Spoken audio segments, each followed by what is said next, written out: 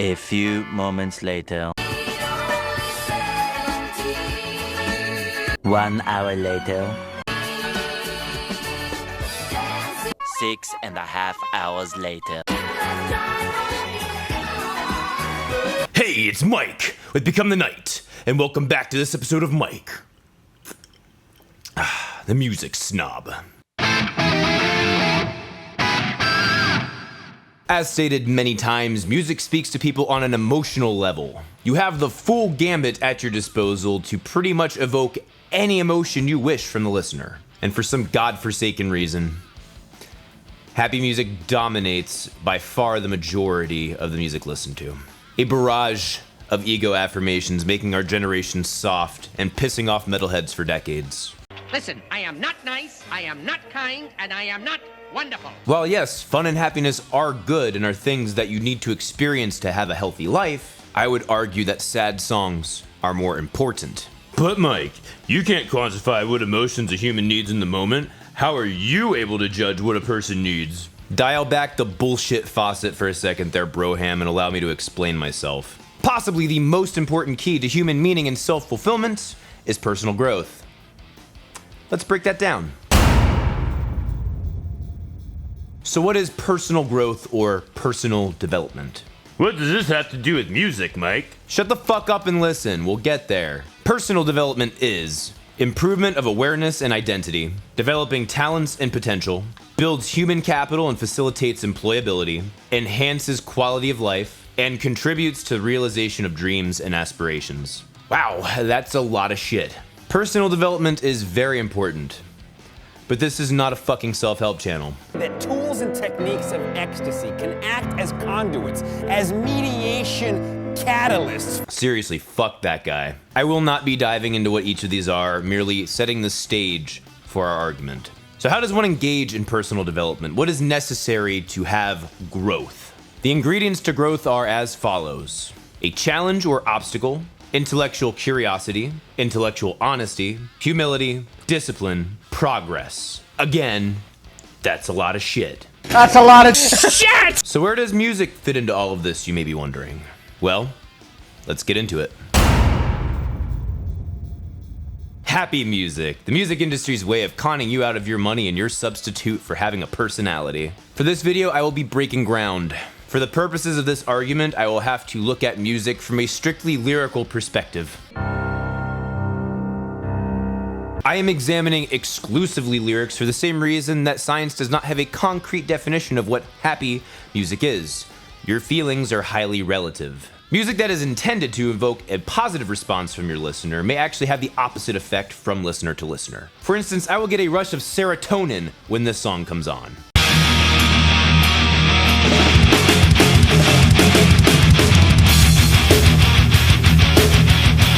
And a flood of cortisol when I hear this song. Gucci gang, Gucci gang, Gucci gang, Gucci gang, Gucci gang, Gucci gang, Gucci gang. A message being delivered semantically can be interpreted concretely. So I'm going by the intent of the semantic message being delivered to the listener so that we may have the faintest amount of taxonomy.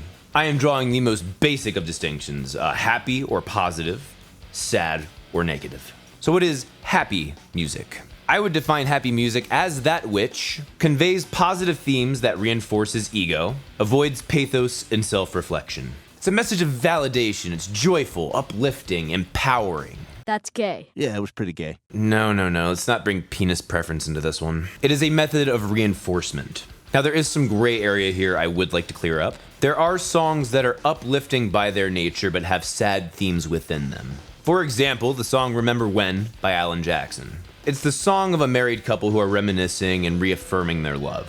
It's a very positive and uplifting message. However, there is a lot of pain and struggle addressed in the song, which necessitates pathos and self-reflection. That being the case, I would not classify this as a happy song. I think I've sufficiently defined this. Let's move on to the good stuff. Sad songs, the threnodial candy we feed to the embarrassingly annoying emo kid that lives in all of us. So what are sad songs? I define sad songs by the following. Meant to evoke pathos, forces listener to confront unresolved emotions or thoughts, challenges listeners' preconceptions. I'm sure you're wondering why I included that last part about challenging people's preconceptions. Because confronting a worldview that conflicts with your own is a stress-inducing task, just as confronting an unresolved emotion or thought would be. More on that in a bit. What purpose do we use each of these types of music for? Let's start with happy music. Happy music reinforces a positive mindset. Instead of challenging our current position, it reinforces our current position. It reaffirms that where you're at and what you're doing are correct. Given that a key plank of growth is progress, where does happy music fit into that? It doesn't. Happy music is essentially designed to maintain your mental state, not challenge it. This in and of itself is not an inherently bad thing or useless, but it is certainly no panacea. Sad music forces you to confront. It challenges you. At that point, there are two options: succumb or overcome. Resolving your unresolved emotions, putting your worldview to the test, overcoming adversity is how people grow. Learning to empathize with those who are in pain, or allow ourselves to be vulnerable enough to be empathized with, is how people grow. Catharsis is how we become better people. And sad music presents you with that opportunity.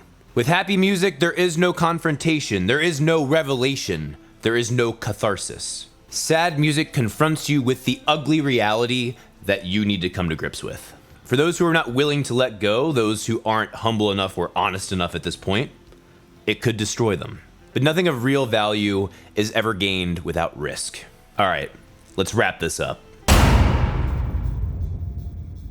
So how can I definitively say that sad music is more important? Let's examine it in a vacuum. Say there is a population that listens to exclusively happy music, and the happy music does what it is supposed to do. Welcome to the society of Brave New World. You have a population of fragile babies who cannot handle life on its own terms. What could this possibly remind me of? Donald J. Trump is now President of the United States. President Obama. Now let's look at the other extreme, a population that listens exclusively to sad music. To be honest, you will probably wind up with a lot of damaged people. But you will also have people who are able to slog through and come out on the other side with the strongest of psychological armor.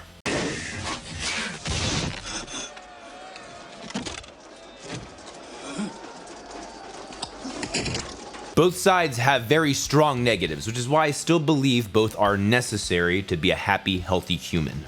But only one has a definitive positive in my eyes when kept in a vacuum. Only one can cultivate a dignified people. You don't need a song to reveal to you how great having a good time is.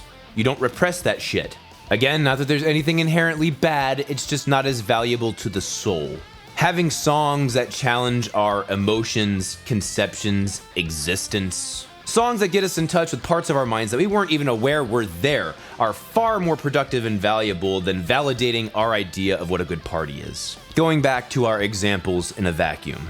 On one side, you have some quality, but almost no quantity. Most people are broken. You still have dignity. You still have goodness. On the other side, you have all of the quantity and no quality. And when your population has no quality, it has no value. And a population with no value may as well not be a population at all. This has been Mike, the Music Snob. Thank you guys so much for watching. See you in the next video. Rock on!